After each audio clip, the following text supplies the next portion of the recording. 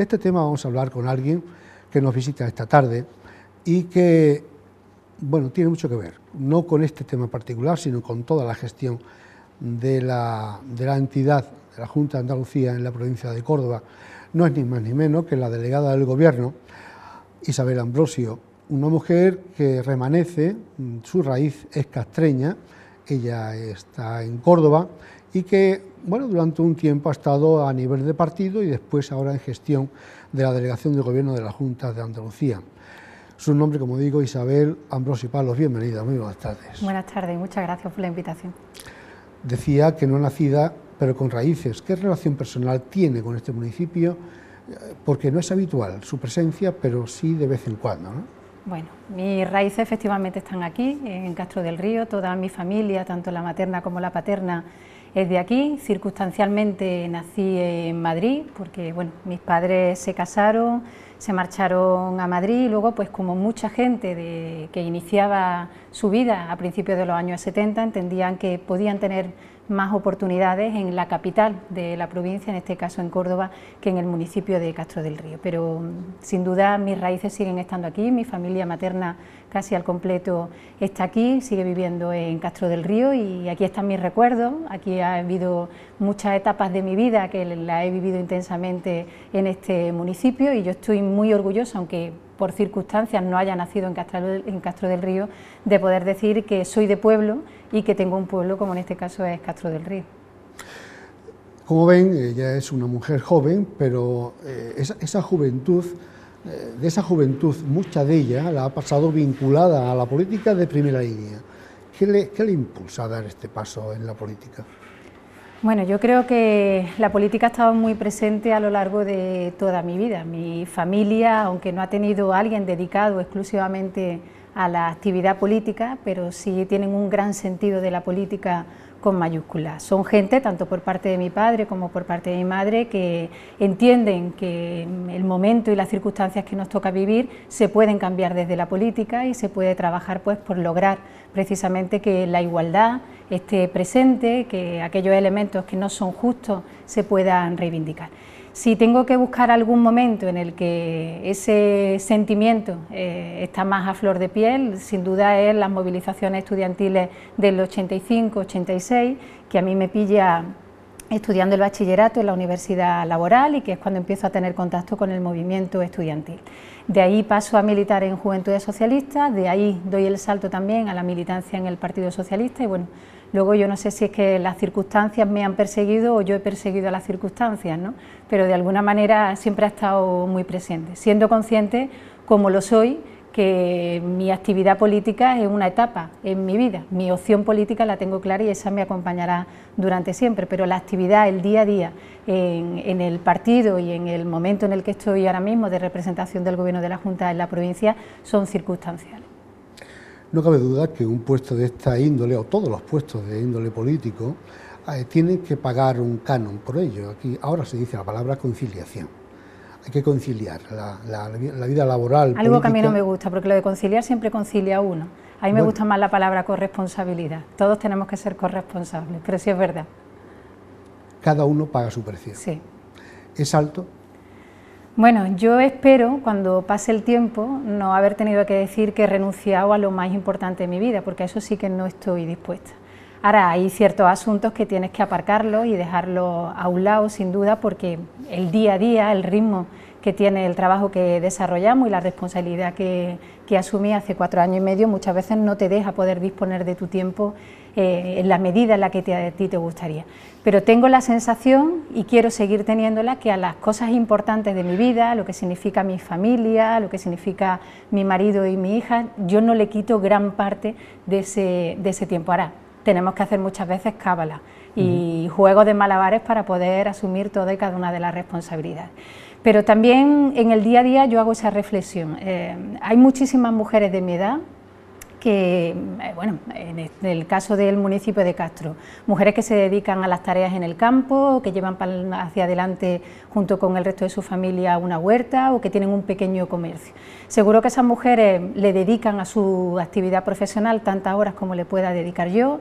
Seguramente en la recompensa, en lo social, en la estimación que se hace del trabajo suyo, no es la misma que pueda tener yo en este momento, y yo estoy casi segura que nadie les pregunta a ella si tienen que renunciar a grandes cosas por ser mujeres independientes, por establecer que esta sociedad de la igualdad de la que nos hemos querido dotar significa también ese pequeño sacrificio en el día a día. Pero yo creo que las recompensas son grandes. Yo no entiendo una sociedad en la que el reparto de las tareas sea distinto por el hecho de ser un hombre o de ser una mujer. Yo entiendo que todos tenemos nuestro granito que aportar desde lo público, desde lo privado, de la actividad empresarial y también de puertas para adentro del hogar y de lo que significa sacar hacia adelante una familia. Yo no entendería, y ni la persona que tengo a mi lado lo entendería, si no es a base de ese esfuerzo. En una etapa uno tiene que hacer un mayor esfuerzo de puertas para adentro y en otra etapa tendrá que hacer más esfuerzo la otra persona que, bueno, pues que ha decidido voluntariamente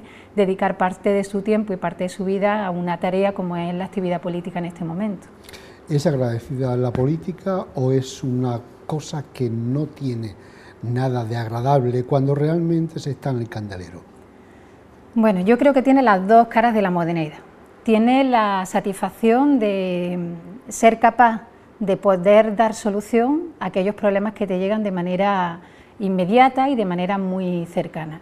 Y no es ni más ni menos que con la herramienta de la política con la que muchas veces se pueden resolver algunos problemas. Esto que tú comentabas de lo denostado que está en este momento la actividad política y quien nos dedicamos a ello, hay también quien tiene interés especial en que esto caiga por su propio peso y hacer una crítica sobre quien nos dedicamos a la política y sobre eso lo que es el sistema democrático de partidos políticos, de representación de los ciudadanos ante su elegido y que tiene verdadero interés en que todo esto desaparezca.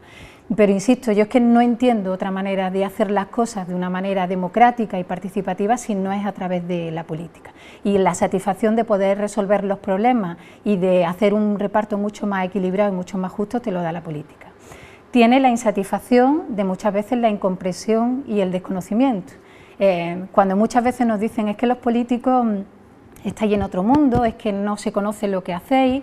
Yo creo que una parte de culpa también la tenemos nosotros porque nuestra actividad es mucho de puertas para adentro y mucho trabajo de despacho y se conoce poco del trabajo y de las horas que hay que desarrollar para que alguna actuación salga adelante. Yo creo que ahí es donde está el reto. No creo en un sistema que no cuente con partidos políticos y con representantes para dirigir las instituciones y que sean los ciudadanos los que lo puedan elegir voluntariamente. Eso, a grandes rasgos, es la esencia de la democracia y, por supuesto, con elementos de control. Si a día de hoy uno de los grandes problemas de la ciudadanía es la política, yo creo que nosotros debemos de tomar nota, que nos dedicamos a esto en el día de hoy, debemos de tomar nota de hacia dónde quiere la ciudadanía que se dirijan sus políticos y que se dirija la actividad política. Y yo creo que en ese camino siempre tendremos que ir. Tú hacías antes un comentario sobre cómo muchas veces las iniciativas ciudadanas van por delante de las administraciones, van por delante de las necesidades que se pueden de alguna manera desarrollar desde las propias administraciones. Eso siempre ha sido así, afortunadamente siempre ha sido así. Yo creo que tenemos una sociedad lo suficiente madura como para que no tenga que ser arrastrada por las administraciones ni arrastrada por los partidos políticos. Lo que debemos de aprender muchas veces somos las organizaciones políticas y las administraciones a que haya cauces de comunicación para que, siendo la ciudadanía la que tiene que dar el primer paso, nosotros podamos recoger muchas veces el guante y poder armar las soluciones que nos está pidiendo la ciudadanía. Pero en este caso, lastimosamente, no os dais cuenta de lo que está pasando alrededor.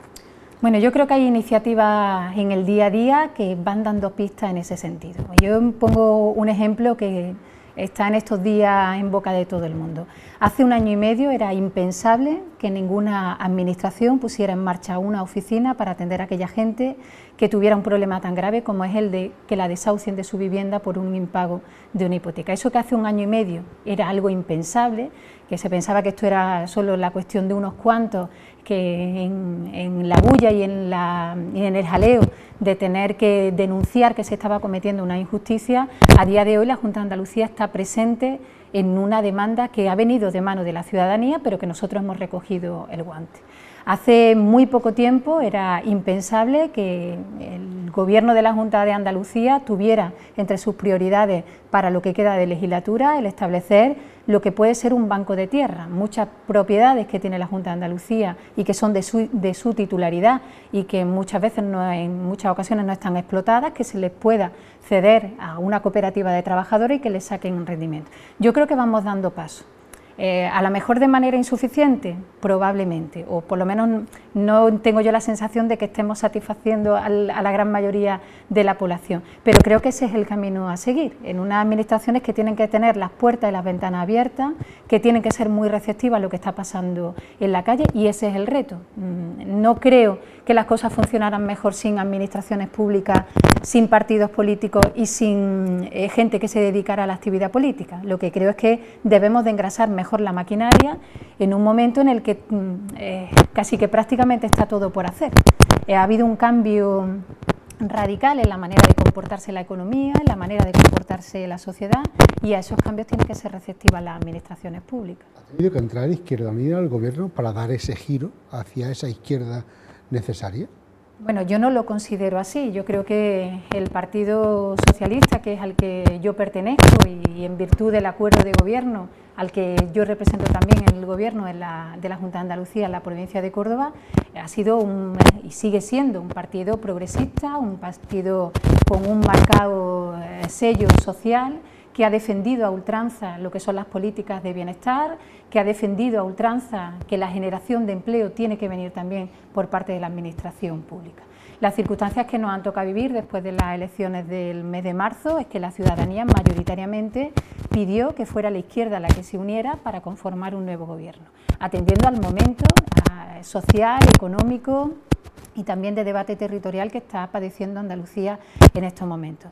Yo no tengo complejos de ningún tipo porque estemos dando pasos en un sentido que hasta ahora no hubiéramos dado. Yo creo que lo exige el momento, lo exige las circunstancias, y el formar parte de un cogobierno, como en este caso, yo creo que ambas partes tienen que beneficiarse y tienen que ser receptivas a las propuestas que vengan del otro lado. Hay un acuerdo de gobierno, hay un documento plasmado para desarrollar a lo largo de estos 4 años, y en eso es lo que nos vamos a empeñar. Las dos fuerzas políticas y a las personas, los hombres y las mujeres, que nos toque asumir en primera línea esa tarea, empeñado en que fundamentalmente el objetivo es sacar a Andalucía de esta situación de crisis, generar empleo, que yo creo que es la necesidad prioritaria que nos piden los ciudadanos, y que además todo esto se haga sin tocar los grandes pilares con los que contamos, que son una educación pública y de calidad, una asistencia sanitaria gratuita y universal, y que la ley de dependencia y todo lo que tiene que ver con las políticas de bienestar social tengan una presencia importante en toda Andalucía. Anteriormente has hablado acerca de la necesidad de que el pueblo sea el que lleve el tema de la política, pero muchas veces estamos viendo a esos políticos, lo hemos visto quizás ayer o hoy, cómo juegan mientras están en su parlamento, en su congreso, cómo están haciendo jueguecitos, cómo están ausentes en muchos casos y se quejan después que cobran poco. ¿Qué pasa con todo esto? No he visto esas imágenes, pero puede que sea así, ¿no? Yo creo que a nivel de partidos políticos hay que ser muy exigente con quién forma parte de una lista electoral y quién está representando a los ciudadanos una vez que no han dado la confianza y que no han dado el voto. Yo he formado parte de una Cámara Parlamentaria como el Parlamento Andaluz durante 4 años y yo he podido notar que hay una parte de ese trabajo, de ese día a día, que es muy desconocida y que es muy oculta. Luego lo que pasa es que, bueno, cada 15 días aparece allí una cámara de televisión, te hace un barrido en un momento dado, y si tú en ese preciso momento resulta que estás en el despacho atendiendo a una asociación o a un colectivo, por muchas explicaciones que tú des, al final la sensación de cara al ciudadano es que los escaños están vacíos. Más allá de que los partidos políticos, insisto, tengan que ser muy exigentes con quien forman parte de sus listas electorales, más allá de que la ciudadanía tiene el derecho y tiene la obligación de ser exigente con sus representantes políticos, y que nosotros, como gente, hombres y mujeres que nos dedicamos a la política, tenemos la obligación de dar explicación y de dar cuenta de cuál es nuestra actividad.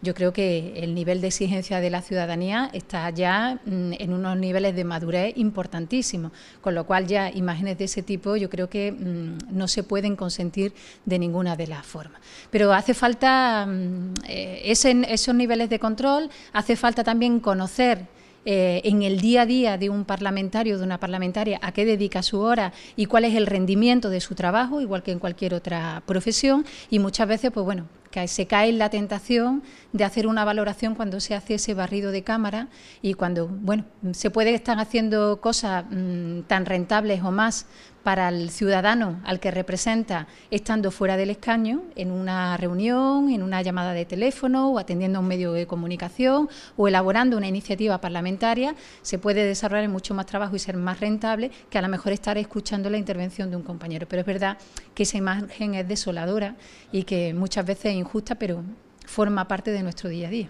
Isabel, hace algún tiempo, no sé si por unas declaraciones totalmente fuera de lugar, llegó a decir que su casa la estaba esperando. ¿Está cerca ese momento? Bueno, te lo he comentado desde el principio de esta entrevista. Mi compromiso político está patente y vivo con él a diario. Además, en este momento, formando parte de un gobierno con el que me siento a gusto, con el que además estoy comprometida y, si me lo permite, mi compromiso llega como para hacer ese esfuerzo que se necesita en este momento. Pero soy consciente también de que esto es una etapa de mi vida. Yo afortunadamente tengo un puesto de trabajo al que poder volver el día de mañana, pues cuando deje de ser necesaria la actividad política o cuando se decida que hace falta un relevo, porque yo soy consciente que esto tiene un día de entrada y un día de salida, y con eso he querido vivir desde el primer momento. Que mi casa me está esperando, sin duda. No hay nada más que preguntarle a quien convive conmigo en el día a día, que estarían encantados de que yo tuviera un horario de trabajo razonable y normalizado, que pudiera disponer de mi tiempo, que pudiera dedicarle más tiempo a mi hija y a mi marido, eso sin duda. Pero en este momento mi compromiso está en la delegación del Gobierno, con la actividad y con el desarrollo de lo que tiene que ser un mandato y una legislatura muy complicada, como va a ser la que vamos a tener por delante, y con el esfuerzo en lo que hay que hacer en este momento, que es lo verdaderamente importante. ¿Cómo ha cambiado el modo de trabajo de la delegada después de esa reducción de delegados? Y al mismo tiempo, ¿cómo se complementa esa cabeza bicéfala en la delegación?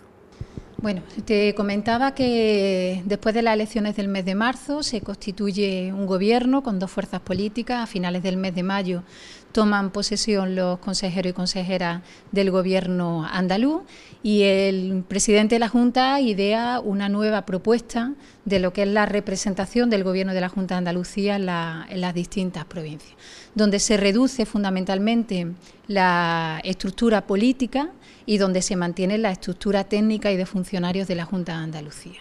Eso ha supuesto que, bueno, durante algunas semanas y además precisamente coincidiendo con los meses de verano, tengamos que acoplarnos a este nuevo modelo. En el caso de la delegación del Gobierno, que es el que yo vivo de una manera más cercana, pues aparte de asumir la representación del Gobierno de la Junta en la provincia de Córdoba, llevar las competencias en el área de juventud a través del Instituto Andaluz de la Juventud, en el área de igualdad con el Instituto Andaluz de la Mujer, hemos asumido por primera vez Hacienda y Administración Pública. Era una competencia que antes tenía una delegación propia y que ahora la asume directamente la delegación del Gobierno. Continuamos con las competencias en materia de justicia interior, que ya estaban dentro de la Casa, ya estaban dentro de la delegación del Gobierno, y ahora lo que sí compartimos son las tareas que tienen que ver con lo que era antiguamente la Consejería de Gobernación, que ahora es Administración Local y Relaciones Institucionales.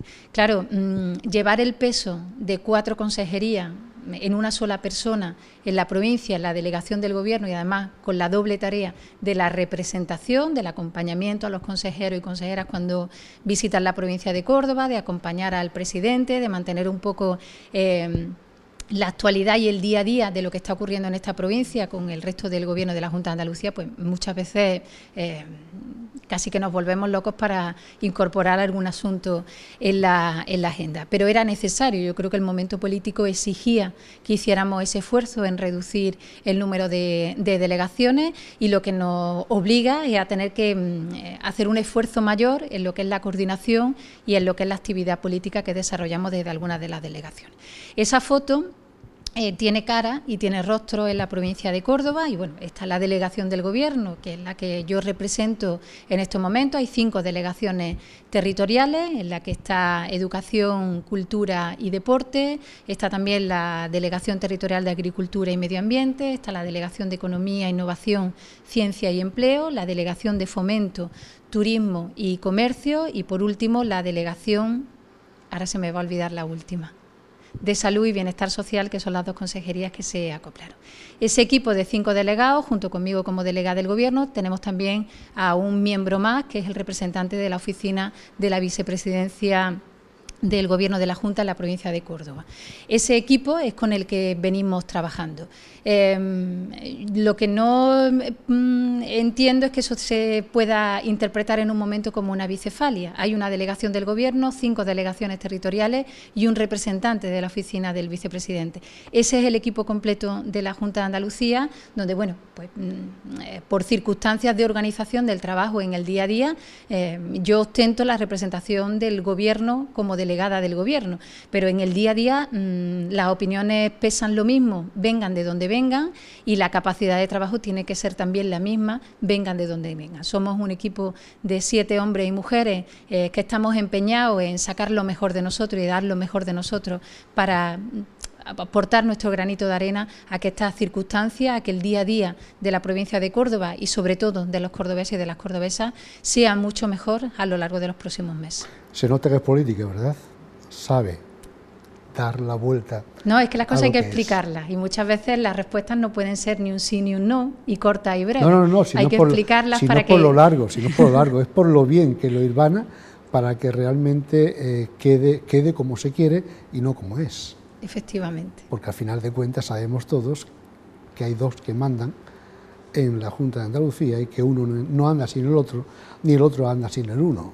Es la cosa como va. Yo le doy mi opinión, claro, y si hay alguna circunstancia que no se quede clara, yo creo que puede invitar también al representante de la oficina de la vicepresidencia a hacerle la misma pregunta. Y yo estoy casi convencida que la respuesta va a ser la misma, que somos un equipo de 7 hombres y mujeres que estamos empeñados en sacar esto adelante, donde no luce más unos que otros, sino que cada uno, y yo creo que es una cuestión de organización interna, tiene que cumplir su tarea y tiene que cumplir su misión. Pero nadie duda que hay una sola delegada del Gobierno, que hay 5 delegados territoriales y que hay un representante de la oficina. Y no tienen más importancia unos que otros, sino que cada uno tiene su reparto y su tarea.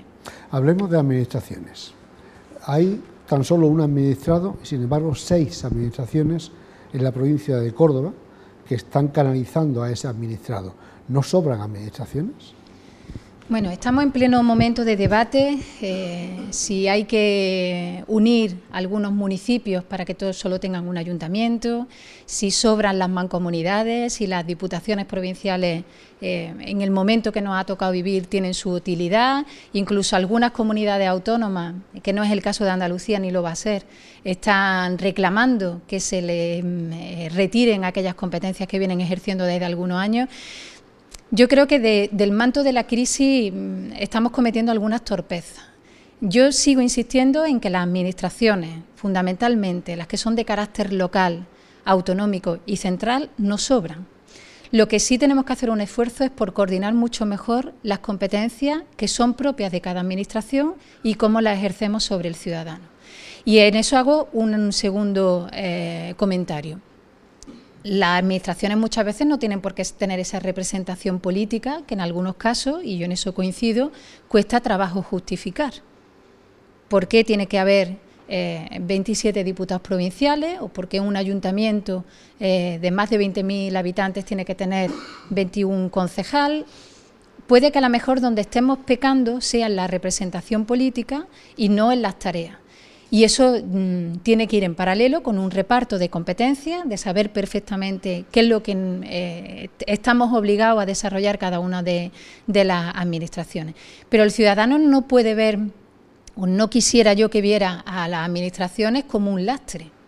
Deben de ser un recurso, deben de ser un instrumento, deben de ser ese puente por el que yo llego a ejercer mis derechos como ciudadano o a que me presten los servicios a los que tienen la obligación.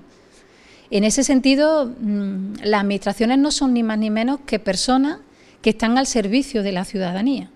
No son ni más ni menos que responsables profesionales que tienen una tarea que hacer y que tienen que desarrollarla.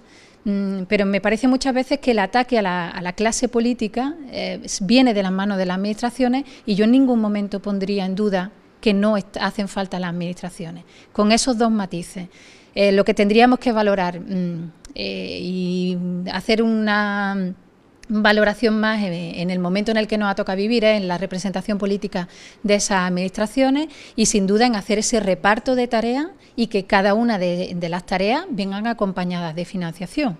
No es lógico que siga habiendo competencias que ejercen algunas administraciones para las que no se las dota económicamente. Y esa reclamación yo me la encuentro por parte de los ayuntamientos en el caso de la Junta de Andalucía y las comunidades autónomas, como es el caso de Andalucía, se las reclamamos al Gobierno de España, ¿no? Pero en esa cadena el que no se puede ver perjudicado en ningún momento es el ciudadano. Temas como ley de dependencia, copago sanitario, hospitalario, todas estas cosas que estamos viendo en estos instantes y que realmente lleva a una discrepancia tremenda entre ideologías o partidos, ¿no? Pero curiosamente es a la parte inversa cuando se está uno en el poder y otro en la oposición y vuelve otra vez la serpiente a estar rodando, ¿no? ¿Para cuándo dejar al lado esa polémica totalmente estéril y buscar soluciones a los problemas tanto territoriales como nacionales? ¿Me lo preguntas por la batalla entre partidos o la reivindicación entre instituciones? Va ligado lo uno con lo otro. Bueno, aquí hay un dicho que yo creo que funciona, que dos no se entienden si uno no quiere y dos no se pelean si uno no quiere. Pues en algo parecido estamos.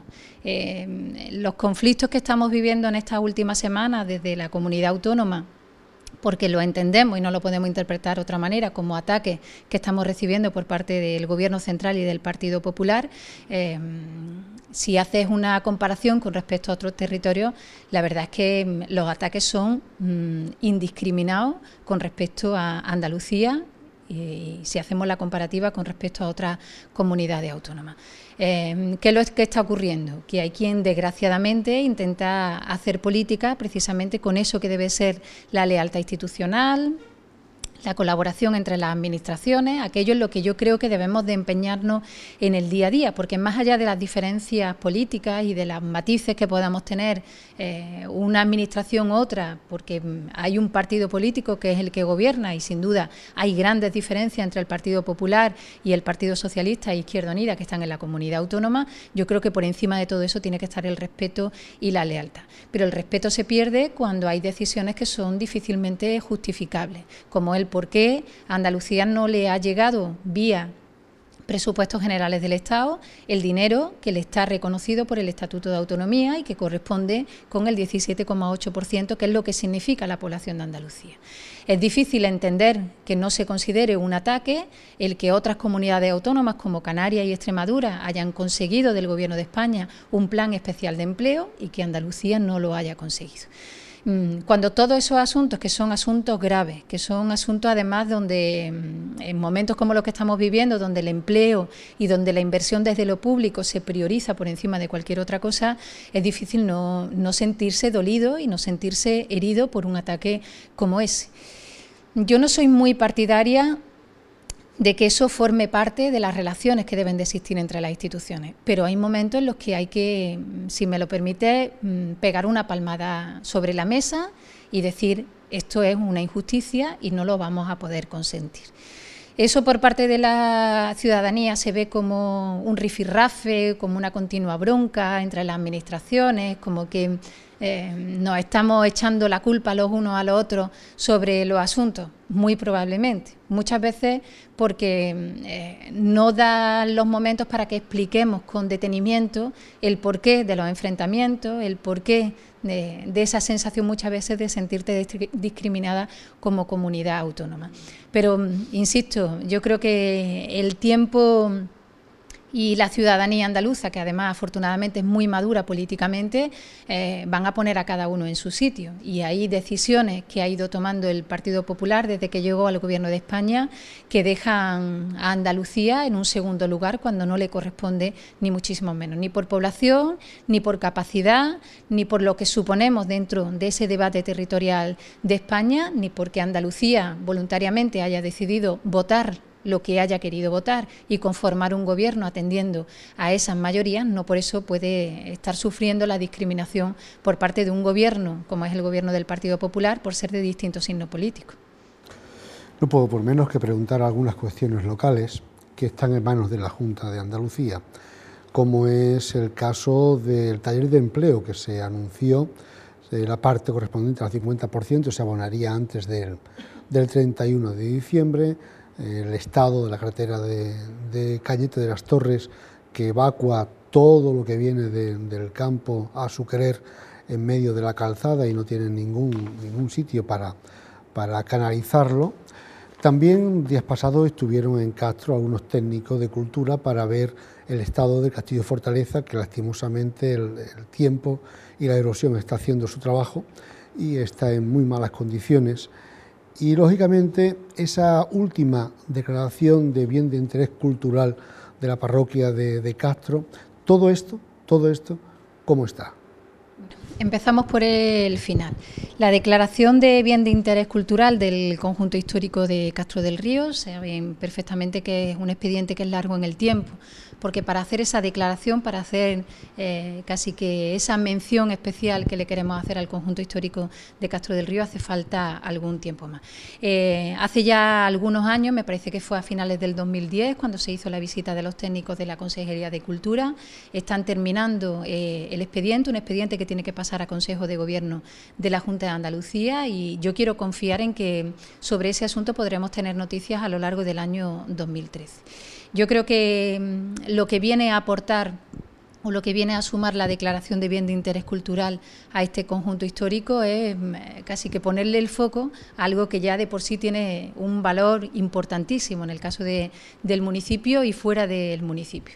Que el que se haya mantenido hasta el día de hoy en esas condiciones gracias fundamentalmente al mimo y al cuidado con el que muchos castreños y castreñas han hecho posible que el conjunto hoy lo podamos disfrutar casi que en la misma medida que desde hace muchísimos años, y eso gracias al esfuerzo fundamentalmente de ellos. Yo insisto, quiero confiar en que a lo largo del año 2013 podamos tener buenas noticias sobre ese expediente, pero que más allá de que sea un bien de interés cultural o no lo sea, el conjunto histórico de Castro del Río yo creo que merece ese reconocimiento, pero que sin duda sigue siendo un espacio que no tiene igual y que no tiene comparación con otras zonas. Sobre el arreglo de la carretera de Cañete, sé que ha habido una visita en estos últimos días de los técnicos de la Delegación de Fomento. Es verdad que esa infraestructura necesita de una reforma importante, hay que incorporar los imbornales para que se desagüe de una manera mucho más ágil y que no cause problemas cada vez que llueve un poco más de la cuenta precisamente en esa zona. Es una vía de comunicación con otras zonas de la provincia de Córdoba y en la que se le accede también muchas de las propiedades fundamentalmente agrícolas con las que cuenta Castro del Río, y yo creo que en los próximos días vamos a poder tener una respuesta sobre cómo de manera urgente podemos acometer lo más importante y un arreglo que sería mucho más a largo plazo y que tendríamos que profundizar. Todo eso además en un momento en el que no engaño a nadie si digo que el presupuesto de la Junta de Andalucía da para la urgencia. No hay previsto en este año 2013 construcciones de nuevas vías de comunicación ni de nuevas carreteras.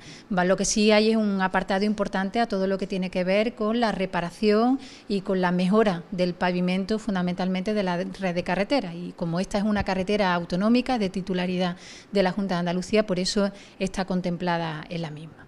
Sobre el proyecto de taller de empleo que tenía solicitado el municipio de Castro del Río y que estaba concedido, en esta última semana se ha ido haciendo ya el ingreso por parte de la Consejería de Economía, Innovación, Ciencia y Empleo de las cuantías que corresponden al 50% del adelanto que se hace.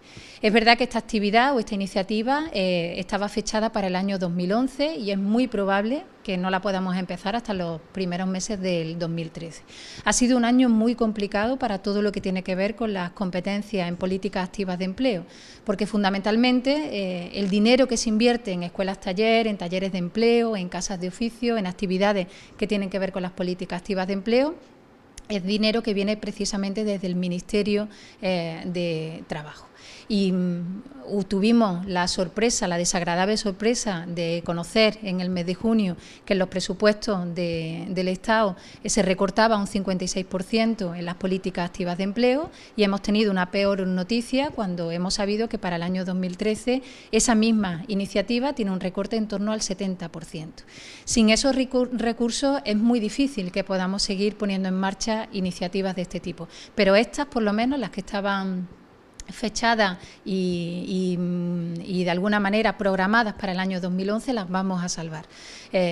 Y ese es el caso que tiene la Escuela Taller del municipio de Castro del Río, que bueno, todos sabéis que tiene 3 talleres, 3 módulos de especialidad con iniciativas profesionales que además yo creo que tienen encaje perfectamente en esta población y que tienen la oportunidad, los hombres y mujeres que sean seleccionados en un futuro, de poder encontrar una oportunidad más de empleo precisamente de la mano de esta actividad. Y no sé si me he dejado alguna pregunta sin contestar. El Castillo Fortaleza, pero que ligado con el tema del bien de interés cultural, una vez que esto esté ya, digamos que autorizado y totalmente documentado, hay un tema importantísimo, la iglesia se está cayendo. Eso me imagino que los técnicos ya lo habrán visto, está en un estado lamentable.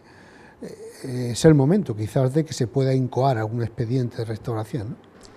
Bueno, tenemos que... Sabedores somos todos de cómo está la economía. Tenemos claro. que verlo con tranquilidad porque conocen perfectamente que en estos días también está vivo el debate de si desde las administraciones públicas debemos de seguir restaurando y reparando el patrimonio de la Iglesia Católica casi que en solitario. Yo creo que en esto y por el momento económico que nos ha tocado vivir hay que volverlo a pensar y hay que volverlo a poner sobre la mesa, porque si hay que hacer un esfuerzo, el esfuerzo hay que hacerlo de manera compartida. Y tendremos que ver aquello que sea urgente y muy necesario y aquello que pueda esperar tendremos que dejarlo en el cajón y poder abordar esos proyectos en un futuro. ¿Y con el Castillo Fortaleza? Y con el Castillo yo lo que he podido conocer durante estas últimas semanas es que hubo una conversación entre los técnicos del Ayuntamiento de Castro del Río y la Delegación de Cultura. Se solicitó el equipamiento en materia de para tener una utilidad de cara a hacer un espacio escénico. Ese es el documento con el que estamos trabajando y ese es el proyecto con el que queremos de alguna manera poderle dar respuesta en la medida de nuestras posibilidades. Ya que estamos hablando de yacimientos y también de bienes como el Castillo Fortaleza, Torreparedores, un lugar que circunda 3 municipios, Cañete, Baena y Castro, que por Castro es 1.200 metros, que por Cañete, Baena son muchísimos kilómetros, y hay un programa, hay un expediente abierto para hacer un camino de acceso. ¿Cómo está eso? Bueno, el expediente yo no lo conozco. Sé que hay un interés por parte del Ayuntamiento en que eso pueda ser una realidad. Fundamentalmente porque, bueno, yo creo que Castro no quiere vivir de espaldas a lo que significa Torreparedones y lo que puede ser el desarrollo de un yacimiento arqueológico como ese.